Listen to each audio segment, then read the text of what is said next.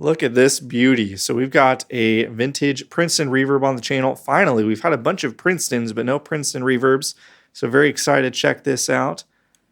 And you can see right there, Fender Electric Instrument Company, FEIC. So this denotes it being a very early blackface model, likely 64 to very early 65. And yeah, looks good from the front. Such a small, compact amp, just a size reference in my hand. I'm always surprised by how small these are. For some reason in my head, I feel like they're much bigger than they actually are. But yeah, condition looks good. Some lovely patina to it. Let's go ahead and flip it around. On the back side, looks about the same. See the speaker right there. Hopefully you guys can make that out. And then it also came with the old parts here, which is really just the 3 prongs, like a tube of some sort, and the death cap, nothing else in there. So we're not sure how much the amp has been serviced. And if we look over here, I'll brand this up a little bit for you guys.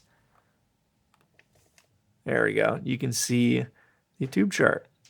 QD on the bottom there. I don't remember offhand what year and month that denotes, so I will put up on the screen. But yeah, everything looks good. Let's pull the chassis out.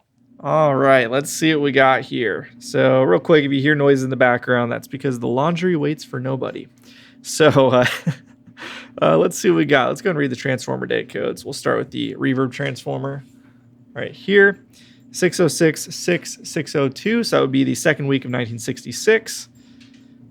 The choke has electrical tape on it. You guys can see that, okay. Not sure why. And the choke's date code is, looks like the 16th week of 1969, so that's been replaced. Let's go to the output transformer. That's the kind of most important one of them all. 606-502. So this definitely is original to the amplifier, and the second week of 1965, which perfectly aligns with it having the FEIC faceplate there. So that's good. So I think these two were probably replaced. This thing was just on the shelf for a while because these are both a year apart. Not really sure, but either way, this one's definitely replaced. And then the power transformer. So we got here. These are always hard to read. 606-212. So that's either the 12th week of 1962 or the 12th week of 1972. So we're going to call this one likely a replacement as well without flipping it over. And then tubes, we got some made in China specialties and a Genelex rectifier tube. All right, so that all looks pretty good. On this side, obviously, there's some questionable stuff. There's electrical tape. I'm always a little nervous, but let's see what we got. Now, the amp does function. Okay, it was brought in. I'll have to check my notes. I believe it was for the reverb having problems not working. Oh, we can see the death cap, too, was removed. That was in the baggie, so you can see the blob of solder there. But let's just flip her over and see what we got. All right, this thing is quite grimy. I don't know how well you guys can see on your end, but it's just coated in something that's like completely, you can see I could probably scratch it off, but it doesn't come off with your finger very much. We've got the original bypass caps in the amp, although, oh wow, look at this. So this bypass cap, one half is original, the other half is a spray they tacked on, and then they just cut and flipped up the original cap lead there. That's quite janky. So yeah, whoever did this is an old repair because these are old. The orange sprays are quite old. I always mess up the date codes on these, how to read them. Let's see. I don't know if it's 0702. That's 2002 maybe. I'm not sure. I thought the orange ones were from, from like the 70s or something. I don't remember. Either way, this is an old partial recap. Not a good job. We will be redoing all of that, assuming the owner is okay with moving forward with kind of basic service. But you can also see over here, definitely a replaced power transformer. And it's got some extra leads there. And then the reverb transformer, looks like it had some less than perfect soldering. You can see it's cut through the wire right there. That's not great. Just kind of tack solder on there. So we're going to call the reverb transformer replaced as well. We already know the choke is replaced. That's this giant long leads there. And then the OT looks all good. Yeah, the OT is original untouched. Okay, so we got the original OT. That's the most important one. The rest of the board looks pretty good, to be honest. So we got a couple of replaced resistors here and there, but the majority of it is all here. And we got blue moldeds, which is always good and what you want to see. Yeah, this whole area is a mess, to be honest. Just kind of flying leads and crazy stair-step stuff going on. Probably not very good connections to chassis. I bet I could bend that up and lift it. Same thing with the power transformer leads underneath this cap. I bend out of the way. Oh, wow, look at this. See that? That's quite gross looking. You can see how bad the chassis ground is there, too. I don't know what the heck that is. A pool of something. Looks like this cap. Well, look at it. It's like black on top. Like this thing had a catastrophic failure of the power transformer, and it just kind of, I don't know. There's a lot of unknown history with this thing. Look how corroded that chassis joint is there too. All right, well, needs some love. Definitely needs some love. The bias looks like they changed the resistor there, but kept the original cap. Don't know if the bias is right. The rest is original. All of these solder joints just look really, everything looks quite oxidized, I guess, rusted out. And then they added an artificial center tap, so this would be the heater center tap, I'm assuming. The power transformer, pot-wise, these are all original except for this one right here, which is what, the intensity control. So yeah, okay, a little bit of a mixed bag, but you know, I'm not sure if the owner's going to want to try and do a full resto on this thing and really clean it up. Probably not, because it's got, you know, 3 of the 4 transformers being replaced. But we can certainly get this thing healthy and running correctly and fix whatever problem it was having along the way. So cool. I'm going to kind of do a tally, measure some resistors, talk to the owner, and then we'll pick it up from there. Timeout. This thing has an added choke. A Princeton Reverb doesn't have a choke. What's going on here? I'll show you the other side. It's, you know, I'm sure you guys are screaming it from the screen there. I haven't had a Princeton Reverb in, and you know, I haven't looked at one in a long time. So yeah, that is obviously not original, both being a replaced transformer, but also just not being original to the circuit in the first place. And then the power transformer, it does appear to be the correct one for a Princeton, but it's from the 70s for sure. I checked the part number on it. So, you know, that is what it is. It's basically a model that has the export output as well. So if I flip it over, yeah, so there's the hole they drilled for the choke wires. And then they added the 2 filter caps for the choke there. So the original can cap is in here. It's still being used. I just, without even really looking at it very closely, assumed these were tapped into here or in place, but that's obviously not the case. I zoom in even further, you can see it's been spewing its guts out. I don't know if you can see that, but yeah, that looks quite gross. So yeah, this thing needs a total recap, the choke removed, and yeah, there's a lot here. So let's talk to the owner, see what he wants to do, and hopefully we can move forward with at least a fairly significant overhaul.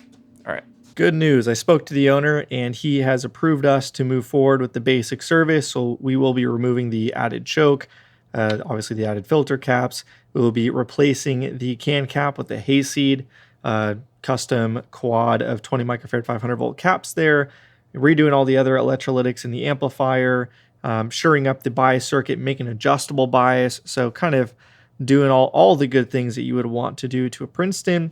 Also be fixing the 3-prong wiring. I don't know how much we're going to be able to clean this thing up. It's just so bad in here. I don't know if that's even going to come off or not with isopropyl, but we will try at least a little bit. And yeah, it should be good to get this thing running, have a great solid foundation. And if we come into any other problems with the resistors or anything after that, we'll handle it. But first and foremost, we want to take care of kind of these big elephants in the room, so to speak. So let's order the parts and dive in. Back here with the absolutely filthy Fender Princeton Reverb. And yeah, we've got to figure out how to tackle this thing. And my sights are set on this area right here. We've got the replacement Hayseed can cap. So I think we'll just start ripping all this junk out. And I guess trying to clean it a little bit as we go. I think honestly it's going to be really hard to get this super clean, and the owner didn't seem very concerned about it. So more function over form is kind of my aim here as far as that is concerned. So without further ado, let's go ahead and start ripping out those old spray caps and get going. We're going gloves on for this sucker because it is just so filthy.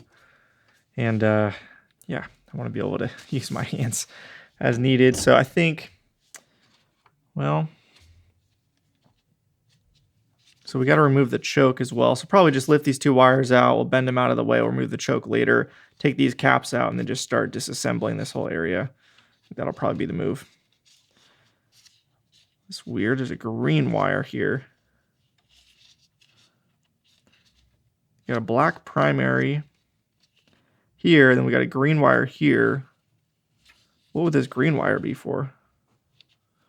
Maybe this is an export model. This must be an export model transformer, if I had to guess, because we got an extra tap here. Well, is there any center tap off this transformer that's grounded? No? Yeah. These two are grounded. So I'm not sure. I'm going to have to look up what this is, but I'm guessing this is for 1 voltage. I'm guessing for this is for a different voltage. And then this green was selected as the one to use. Is it the right one? I'm not sure. We'll have to figure that out. So I think we'll probably, man, this thing's just got such a strong smell to it. Making me cough. So we'll remove these two out of the way so we can suss that out later. We'll move this out of the way, just clear this whole zone. Working our way through it, and I just wanted to show what I meant earlier. I'm not sure how well the camera picked it up. So it's got a vent hole right here in the middle of the cap, and out of that is just coming all of the nastiness from the original caps there. So it's all over the place, and we can see also where they tied in the spray caps there, and then there's this junk. I don't even know. It's like plastic mixed with something else. Pretty gross. You can see right here as well. So yeah, this thing feels like it's a biohazard. But we will carry on. Okay, that took quite a lot of work to get this undone, and you can see just how nasty it still is. But there's little glimmers of the original chassis under everything when you start peeling away this gross film on everything. I'm just going to douse this in isopropyl, try and scrub it and see if I can get some of it clean. We're probably going to lose some of this original ink markings there, but I need to make sure this is clean before I try and get a good solid ground connection there. So is what it is, but yeah, this thing is quite gross. I'm glad to be wearing gloves.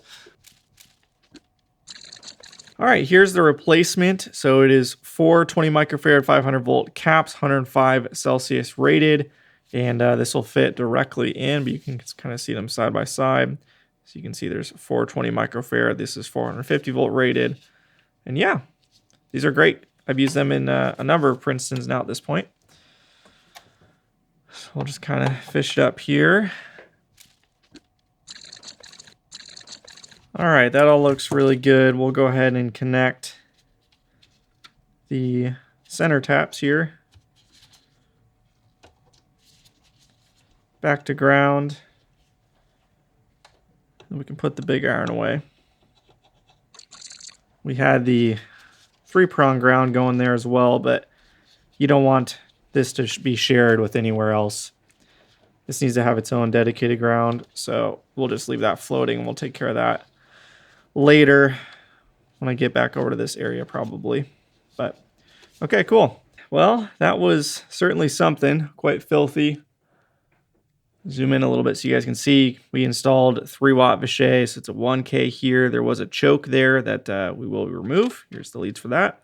Original spec is a 1K there, 18K there, 18K there, and so that's been done. Kind of see what it looks like a little bit closer. So nice and solid. A little bit cleaned up, but a lot of that is completely stuck on there. So that's evidence of trying to get that crap off. So anyways, we're going to call it here tonight because this thing is really, really gross to work on. It's particularly the smell. And I need to take this in chunks. So anyways, we'll circle back. Before moving any further, we're going to go ahead and just remove this choke since it's not connected to anything and shouldn't be here in the first place. Some electrical tape around it for some odd reason. We're not going to mess with that, but can see the day code on it. It's like 1969 or 1979. Next up, I think we'll go ahead and just tackle the bias board. We'll be replacing the resistor, the diode, the cap, and we'll make it adjustable as well. We'll take out the artificial center tap and redo that. And yeah, basically this whole section we'll redo. So let's cut to everything removed, and then we'll get the new stuff installed. All right, so we've got the bias set up, redone. The resistor there is going to be temporary. I don't know what the correct value is going to be. I'm going to have to play with it. Right now it's an 18K and a 10K trim pot. We might have to adjust that. And then I did not do the artificial center tap just because I'm not fully sure what's going on with the transformer here. We've got two connections, two center taps going to ground here. I can't really make out what color this used to be. And then this one is white and red. So this one I know is fine. This one I don't know what it is. And then we've got all of these extra wires here. So I'm not sure which one is the center tap for the heaters, what isn't. I'm gonna have to figure that out first. Once I do that and feel confident in it, then I'll go ahead and add the artificial center tap. But for now, we're just gonna leave that as is. And if you're curious why I have it set up this way, you can do it either way. You can put the trim pot over here. In a lot of ways, it's easier doing that. But I did it this way because basically, technically, it's a safer way to go about. So if the trim pot fails, you're not going to be left without a reference to ground. And so you've got the wiper and the one of the lugs connected to ground together, basically making a variable resistor instead of a voltage divider. And yeah, so we got the resistor, and it goes through there, and both ends are connected to ground. So anyways, I think we'll go ahead and move on from here. Probably just go ahead and do, while I'm in this area, the safety diodes for the rectifier like I like to do with the GZ34 loaded amps, and then continue on down the board. We're going to have to circle back to the rest of this area, but we got the diodes added in, if you can tell. So we got to figure out the 3-prong, we got to figure out the transformer still. We'll just put all of this off to the side and circle back later. But for now, let's just go ahead and redo the rest of the recap, and then we'll call it a night. There's the recap done using, as always, our mod capacitors from Amplified Parts. Looking good. We got the original cap shells in case down the line the owner ever wants to stuff those or do something else. But yeah, looking good. So from here, we got to get the rest of this sorted out on this side, like I mentioned, and then turn it on, bias it, see if any of these resistors need to be replaced, so on and so forth. But we're going to go ahead and end here tonight. Now I'm ready to tackle the power transformer. You can see I've got these wires hooked up together. Now, as I was looking at this a little bit closer, I was starting to have deja vu, and I realized I've run into this before. So this is a replacement power transformer. We already talked about that earlier in the video. But it's a very specific one from the early 70s that Fender used in a few different amps. And basically, it's an export model, but not the typical kind where you have a selector switch. It's got individual taps for the different voltage ratings. This is an export model where it changes the voltage depending on how you hook up these wires in series, in parallel, depending on the combination of how you do things. That gives you the different voltages. So how I have it wired right now is correct for 117 volts or USA voltage. So we have the black, and then we have the black and green. Those are wired together. This will be going to the power switch, and so it'll go hot to the fuse tip, fuse sleeve to the power switch. This will be the other end of the switch. And then this pair right here, yellow and black and red, this will be going to the neutral side of things. So it'll be going to the courtesy outlet where the neutral is. That's the correct way to do it. And then we will need to add artificial center tap as well, which we removed earlier because that is not included on this power transformer. It does not have a center tap, so you have to do the artificial one. So that's what it is. Now, I did talk about this in much more depth in a video, maybe 2 years ago or something, working on a 70s Fender Princeton Reverb where it had this exact same power transformer. And so if you're curious, check that out. There's a forum post about it as well. But we're just going to go ahead and hook this up. But before I do that, I'm going to undo this 3-prong and try and just salvage this as best as I can. We don't need the black and neutral to be as long. We need this to be the longest. So I can cut these down shorter, route it this way, and still get by with it as is. So let's go ahead and get this done. We'll add the artificial center tap, and then you guys will see the work all completed. All right, so there you go. All of that is done. Just to recap, we've got these both wired together to the switch. The other end of the switch goes to the fuse sleeve. Fuse tip goes over to the hot at the courtesy outlet. The neutral is going to the courtesy outlet, which is then being joined with these two wires here. And then we've got obviously a new earth connection, solid earth connection there. And I did clean the chassis underneath that area. It took quite a lot of scrubbing and gunk to reveal some clean chassis to be able to get a good connection there. I redid this one over here as well. Redid all the ones on the brass plates. Probably won't be able to see those very well, but those are all solid now. And then the artificial center tap was added. And then I also moved over the wire right here going to the direct off the PT. So this feeds the bias supply, and I had it in its original place, which was not correct anymore because the diodes were added. So just a little note there. But yeah, so now we can go ahead and turn it on. So we'll plug it into a current limiter, make sure it's okay first, and then we'll go ahead and start checking things like bias and all that fun stuff. So let's get to it. Bias quite hot. So if I go any higher than this, the bias will get warmer, not colder. So we actually need to increase the resistor because right now we're running at the minimum. So we're running a little bit hot here. It could be the tubes as well. These are kind of, looks like very old rubies. But yeah, I figured that as much. We might have to change that. So we have an 18K there. So we'll probably throw in maybe a 22K, maybe a 27K. Final update for the Princeton Reverb here. We are all done. I've got the brand new set of JJ 6V6S double mica, which I've been experimenting with and like a good amount for these sort of amps. So those are in, and to bias it, we ended up changing the bias resistor there. I think it was to a 22K. If you can see that, yeah, 22K, red, orange. And yeah, so doing that got it to bias just fine. You can see we got plenty of range on the trim pot there. And then also the spring tank we replaced with a new mod. It's the short decay 2-spring long tank. I don't remember the code name on it. 4ABC13, whatever it is. Either way, that's installed now. I don't think I'm gonna have a chance to demo that before the owner gets here. I did do a quick little clip on my Instagram yesterday when I put that in, but maybe I'll include that in the video real quick. Mod 2-spring short decay.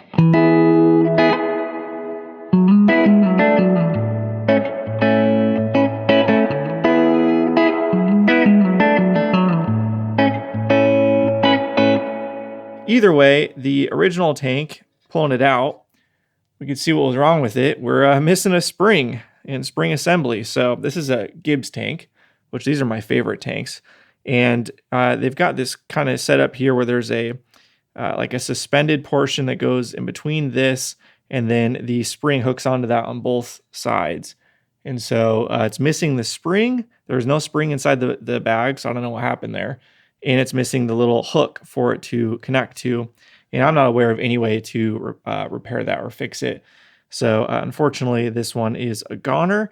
And this is actually the second vintage Fender I've had that was like this, where it was missing a spring and missing the assembly on either side. So great sounding tank. My personal preference is always going to be the vintage tanks over the modern tanks, but the mod does sound good. It just doesn't sound like this tank does. But yeah, either way, that's kind of the best I've found so far on the market that works for these.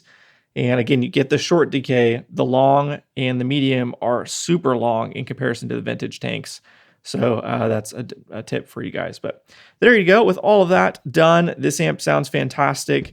And yeah, maybe you guys will hear it real quick. I did take a quick comparison prior to the tube swap using my 90s Accutronics reverb tank to compare it next to a modern 65 reissue that was also in for some service.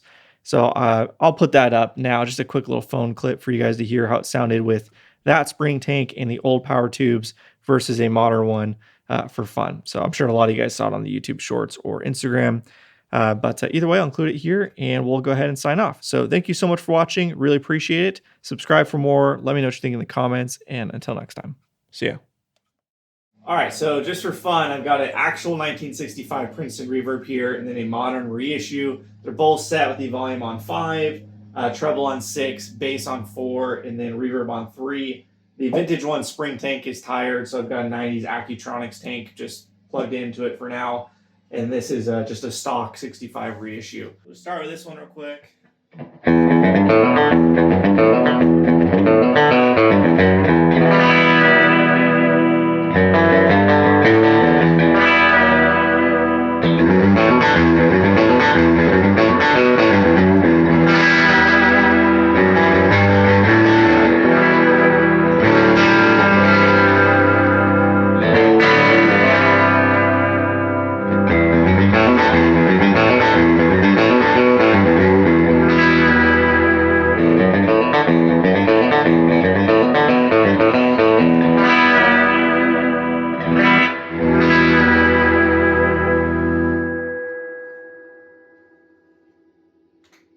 Interesting. Go back to this one. Go middle position.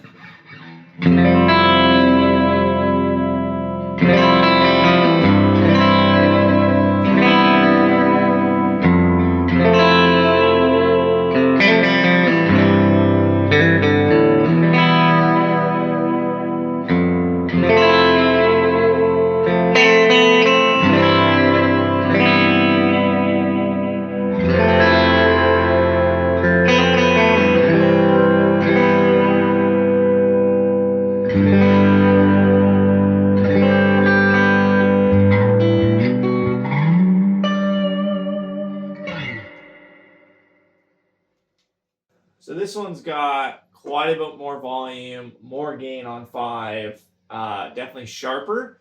This one sounds warmer, but definitely sounds older. It's got way less volume. It feels like you can kind of dig in a little bit more. This one, it's got a grit to it, an extra edge to it.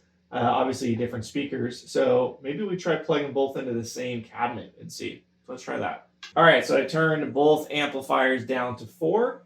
And we're going to run this one into this cabinet, and then we'll plug into this one, plug this one into this one's cabinet speaker.